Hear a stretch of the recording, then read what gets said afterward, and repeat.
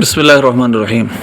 چند دن پہلے میری ایک ویڈیو اپلوڈ ہوئی ہے جس میں نے مرزا انجینئر نے جو عطا اللہ بندیالوی کو جواب دیا اس کے حوالے سے حضرت امیر معاویہ رضی اللہ عنہ کے حوالے سے روایات کا ذکر کر دیا انصاب الشراب کے حوالے سے، اور بغیر کسی اس انکار کے کہ وہ روایتیں ٹھیک نہیں ہیں۔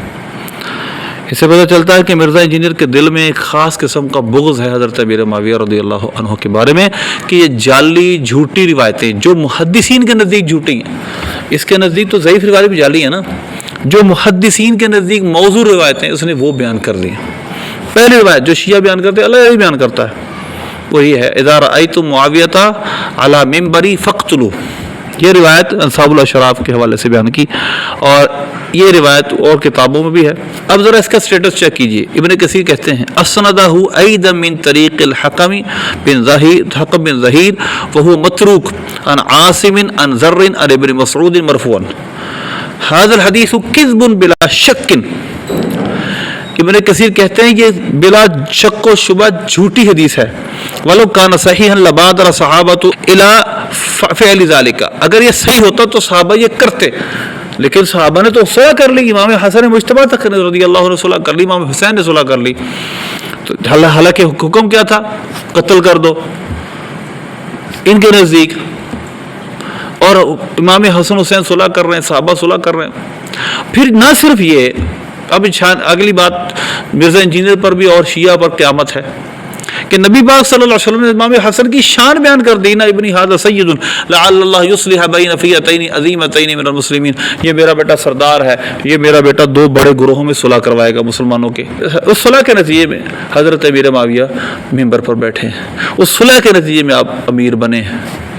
تو اب سوال یہ ہے کہ اگر یہ حدیث صحیح ہے تو یہ صحابہ سب حدیث کے تارک ٹھہرے اور اس حدیث کے خلاف کرنے لگے، فقتلوا امر کا خلاف کیا، بسمیت حضرت حسنین کریمین، بسمیت حضرت محمد بن حنفیہ، بسمیت حضرت سیدنا عبداللہ بن عمر، سیدنا عبداللہ بن عباس اور دیگر صحابہ رضی اللہ اجمعین، اور سیدنا امام حسن حسین رضی اللہ عنہما نے صلح کر کے ان کے پاس جاتے رہے، ویعطیہما عطاء جزیلا، اور وہ ان کو تحفے دیتے تھے حضرت امیر معاویہ۔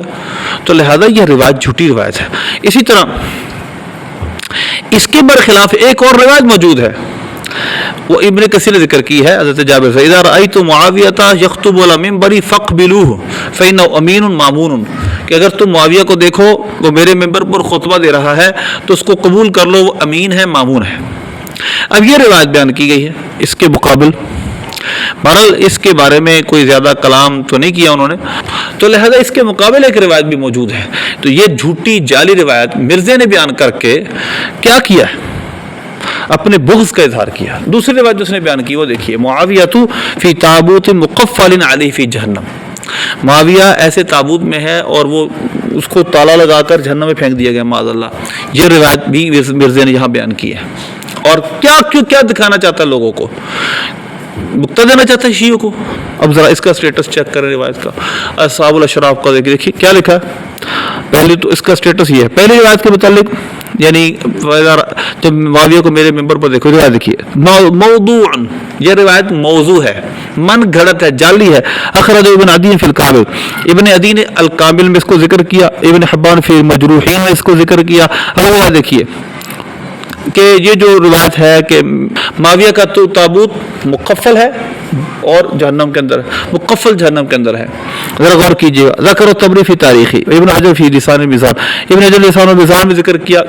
اس طرح نہیں کہ انہوں نے اس کی تائید کی، توثیق کی، بلکہ ایک موضوع اور من گھڑت راوی کی حدیث روایت کو بیان کرتے کہا یہ روایت اس نے نقل کی۔ اب ذرا سنیے آگے، وقال وهذا باطل موضوع ظاہر الوضع، کہ یہ روایت باطل و موضوع ہے اور ظاہراً موضوع ہے، ظاہری اپنی حلیے کے اعتبار سے۔ علم یکن احمد بن طیب، اگرچہ اس میں احمد بن طیب نہ ہوتا، اور حالانکہ اس روایت میں احمد بن طیب موجود ہے، وضعہ، اس نے اس حدیث کو گڑا ہے۔ تو لہذا اس لیے یہ روایت امام حسوی نے سیر میں کہا ھذا کذب، یہ جھوٹ ہے۔ مرزا انجینئر تمہیں شرم نہیں آتی؟ ایک صحابی کے بارے میں تم جھوٹی روایت لوگوں کو سناتے ہو اور لوگوں کے دماغوں میں بدگمانیاں بھر رہے ہو، شیعوں کی بولی بولتے ہو۔ اللہ ہمیں ایسے فتنے سے محفوظ رکھے۔